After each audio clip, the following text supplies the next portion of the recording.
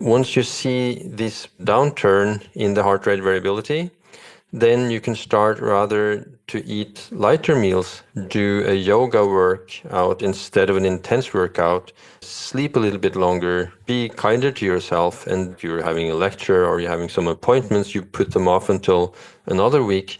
And when you do that, you lose the PMS symptoms. If you want to live like you matter, ditch the pills, look great, and feel freaking amazing, you're in the right place. I'm Dr. Wendy Trudeau. And I'm Dr. Ed Levitan. Welcome to the Feel Freaking Amazing podcast, where we empower you to live a vibrant and healthy life by optimizing your structural, chemical, emotional, social, and spiritual lives. Hold on to your hats.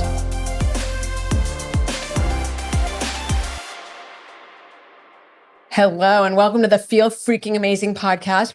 We have Dr. Torkil Færø today. He is a GP, which is a general practitioner physician, an emergency physician, documentary filmmaker, author of The Pulse Cure, the revolutionary new way to balance stress, optimize health, and live longer.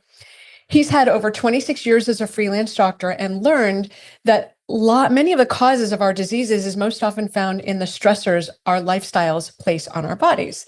So using wearables, he's found a way to track and regulate his nervous system and physiology. So we're going to dive into that today because we know you have stress and we know that it takes a toll on you because we see you in our daily lives too. So we're going to dive in. So welcome, Torkil. We're so happy you're here. Thank you, both of you. Great to be here. This is great. Before we started recording, can you tell our listeners where you were coming from? Because I think it's super cool. Yeah, I'm in Norway, and right now I'm actually above the Arctic Circle, which is exotic even to me because I live in Oslo normally.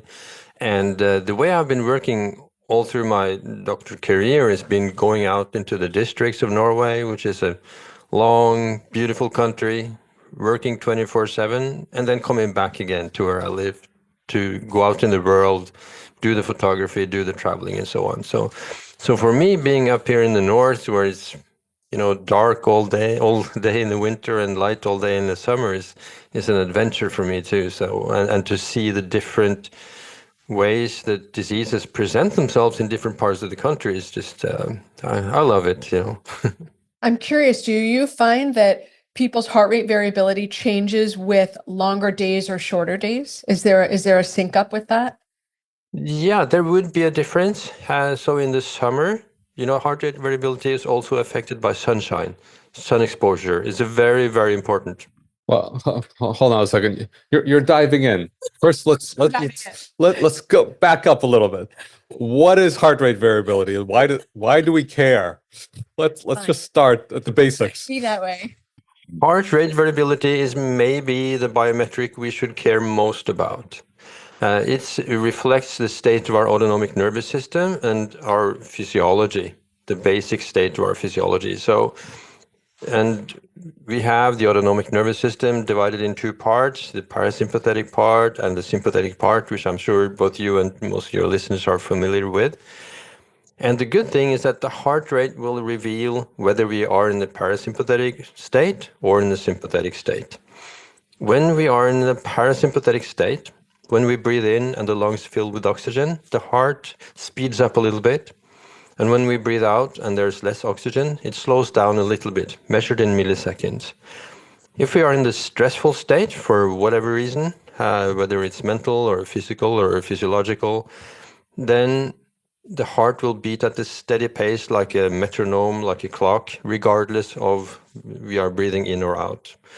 And in this way, the wearables, like the Whoop band, the Garmin watches and Oura rings and all of this new technology can tell us whether we are in the stressful state or the restful state, and if our overall balance is compatible with health.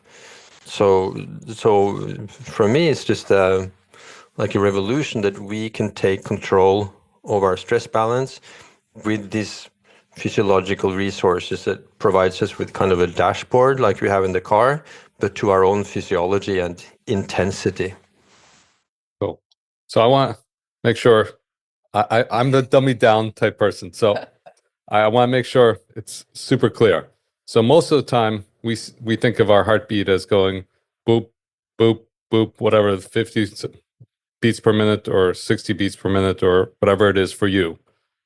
what you're saying is between those beats, sometimes it's variable. Sometimes it's not exactly 60 beats per minute. It's one, if you're talking about 1 second per beat, it's 1 second plus 1 millisecond, or 1 second plus 2 milliseconds. And what we want is the variability, not consistency. Yeah, we want to be able to reach the state where there is a variability so that we can relax and calm down into the parasympathetic mode. We also need to stress. We also need to push ourselves and do challenging things both mentally and physically. But we need the balance to be sustainable with our physiology, because we have ancient physiology and we are made to be in the restful state most of the time. So when we have these wearables on hunter-gatherers that still exist today, they would be in the restful state 10 to 12 hours a day. And then they would be in light movement or moderate stress, maybe 3 hours a day. So this is the speed we're kind of built for, that our immune system and our own physiology is constructed for. And of course, in our day, when we eat ultra-processed food, drink alcohol, we have turned the circadian rhythm upside down, and all of the stressors that I know from listening to your podcast is stressing our physiology. And without us knowing, because we don't really have a good sense of our inner state. All our good senses, our eyesight and hearing and taste and smell and all of this, touch, has been directed towards outward threats throughout history. So it's only in the last, decades that it's our inner state that threatens our health, with inflammation and chronic low-grade inflammation. And that is then becomes visible through the heart rate, because the heart rate responds to the demands on our system. Okay, there's a lot to unpack there. Yeah. So the first thing that I really want to highlight is, for all the listeners, you don't see the impact of it in your daily life, but what you see the impact in is all the things that you're struggling with: inflammation, autoimmune disease, obesity, poor brain function, poor sleep, poor sex drive, poor energy. Those are the ways that the poor heart rate variability, or the lack of variability, or the stress takes its impact. So that's one. So you could be listening and go, well, I don't have any of that. But unless you're in your best health ever, you have that. A. B, parasympathetic is when you rest, you regulate, you restore, you detox. And if you are not detoxing, you're then holding on to everything. So this has direct impact on how you feel in your daily life, because you're not detoxing if you're in sympathetic action all the time of go, go, go, go, go. And then I think the third thing I would pull from that is go, go, go is not who we're meant to be. We are meant to actually be more rest and then occasional go, as opposed to always go and then rest 2 weeks a year. The balance is off. Yes. Yeah, that sounds like a good explanation. Yeah. And we don't have any alarm system for this. Just like in blood sugar, in inflammation, when you feel it, it has come a long way. So the heart rate will respond way before you can feel it. So it can, make it possible to identify the energy thieves before you feel it yourself, when you can see it on the monitor. And of course, Whoop and Garmin and Samsung and all these devices have implemented artificial intelligence into their systems, and combined with millions of users, they can tell us so much about the state of our bodies. And of course, so many people in the States and in Norway, people coming to my office here where I'm at work now, they have stressful lives, and they are on the verge of burnout, many people in a fatigue situation. And you would not get into that situation without these devices warning you for a long time that you are overtaxing yourself. Yeah. Is there a difference between men and women and tracking in terms of the efficacy for them? It would be a big difference, because, and then I'm talking about the menstrual cycle, because suddenly you get insight into the physiological strain of the menstrual cycle. Of the week before menstruation, it's not a mood or, a feeling. It's a physiological load that you can see on your heart rate variability. And when I compare it to people having a strong or serious COVID infection, it's the same amount of the dip in heart rate variability in the COVID infection as in the week in women who have PMS symptoms. And it will last for a week. That's very cool. Holy smoke balls. Okay, Torkil, like That's pretty cool. I don't menstruate anymore, so that's like not in my brain. Plug for being postmenopausal because it kind of levels things out, but holy smokes. And Ed's glad about that too. No comment? No Yeah, comment. and often, the men can understand it because suddenly what was okay yesterday is not okay today. Suddenly the house is a mess and it looks the same way to me it was yesterday. So it wasn't that which have changed. So it's, and when you see that dip, you can understand why it's hard for the women. Because it's a huge strain on the system. And I've seen also graphs from women with PMDD, the more serious kind of PMS, and they could last for almost 14 days with this huge dip in heart rate variability. That's so interesting, though, because I truthfully have never thought of it that way, that it's not just a mood issue. It's a physiological strain.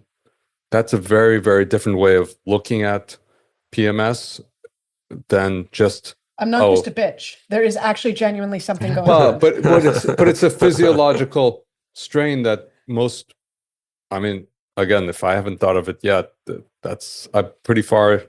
I'm a doctor and whatever else, and I never thought of that there was a physiological strain the week before that then affects mood versus anything else than just having a mood issue. So that's fascinating. I think it probably starts when the egg does not get fertilized. I actually think it probably starts, the egg lives for 12 hours. So it probably starts, you see it halfway through the cycle, but you really see it the week before when the progesterone plummets, that it's physiological. I mean, okay, now we have to do this with our patients. And the problem, is probably the progesterone that is low, that creates this anxiety, that creates the stress. Because what you tend to do when you have this physiological strain is to go for some comfort foods, snacks, chocolate, which will further deteriorate your stress levels, or alcohol or whatever can comfort you, and it will just get worse.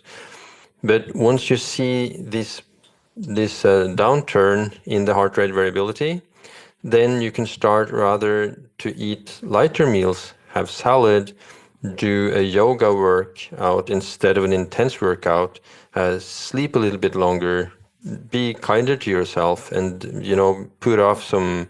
If there's some, like you're having a lecture or you're having some appointments, you put them off until another week. And when you do that, the interesting thing is that then you can see this curve flatten out and you lose the PMS symptoms, because many of the PMS symptoms comes from too much cortisol, which will have a feedback mechanism on the sex hormones and disturb them. And this is physiological, this is by nature, because if there was a stressful time, 100,000 years ago, you were not supposed to have babies. You're not supposed to want to have babies, because you would need to wait until everything calmed down. And it used to calm down. Our bodies are made to deal with acute stress for a short burst of time. And then everything is calm.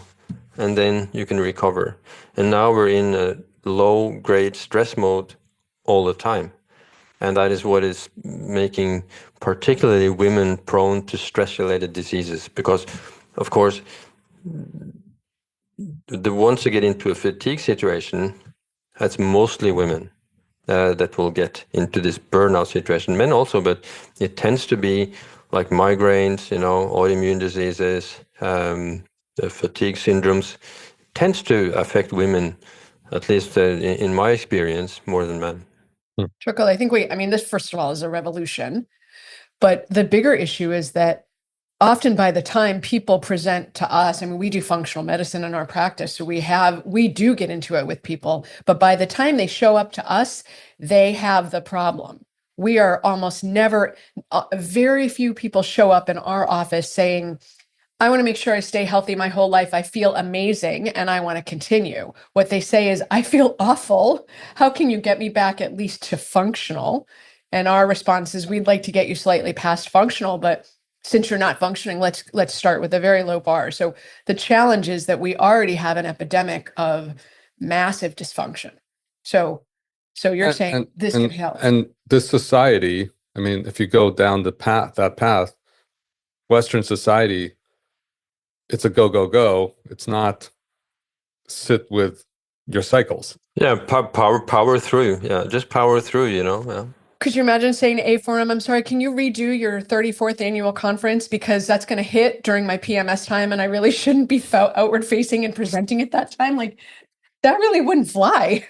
Well, but then you might have a stress, but then you have to have the week before, you have to have even more relaxation to compensate for an upcoming stressor. Yes. So you can always, if you give yourself time to look through it, you can always find a way to compensate. Well, what's the mechanism for that though? Because most of us are so outwardly focused that even that conversation is foreign. Right. So it's that time to breathe. It's that time to meditate. It's that time to reflect, journal, whatever it is for people. Interesting. I mean, women have the menstrual cycles. Men don't necessarily have menstrual cycles, except if they're married. And never mind. I'm wondering where you're headed with this. No, but for men also, there is cycles. They're just not as predictable. So men aren't supposed to go all the time either, is what I'm saying. Yeah. Nobody of us are made for that. So we think of ourselves as machines, maybe because we are surrounded by machines that never needs to be turned off, and we think we are the same way. And many people feel guilty if they relax and don't do anything for some time, and probably particularly, people with families that will not take the time to wind down. There's work, there's all these activities, there's caring for the children, and there's no time to wind down. And we're not just made for that. So we cannot relate at all. Yeah, we have 4 kids, and they're now old enough to, if they get hungry, they can do something about it, But I think when we look at the trajectory of it used to be that women had one job. It was to take care of the house. There were no after school activities. You went outside, you played in the yard with your neighbors, and you would make a casserole for dinner, and that's what you ate, and that's it. And everyone was in bed by 8, and you're done. But now you don't even get home till 9 o'clock from all the activities, and everybody needs to eat, so that the life is much different. And women are working outside the home more, so they have 2 jobs that are both full time. Yeah, and in addition to that, whenever there's a short space in time, you fill it up with watching your phone or checking your mail, or do you have any likes on Instagram, and you get stressed by all the attention because so many people are making money from you watching your screen. So we're on all the time, and we don't think that there's a price for that, but it is. So it's super important. I think this whole thing is fascinating. So I think people are going to want to find you. Where can they, and we'll put all of this in the show notes. So where can people find out more about you? Yeah, I'm on Instagram, Dr. Torkil, dr.torkil. And my book, The Pulse Cure, is on Amazon, on everywhere. It's also an audiobook, and an ebook. So it's easy if people want to listen to a book rather than read it. So, and also have a website called thepulsecure.com, and there you can see I have a lecture there, a video lecture, where I show how to use the Garmin watches, and you can see the Pulse Cure is like a 1-hour lecture or so that explains you everything.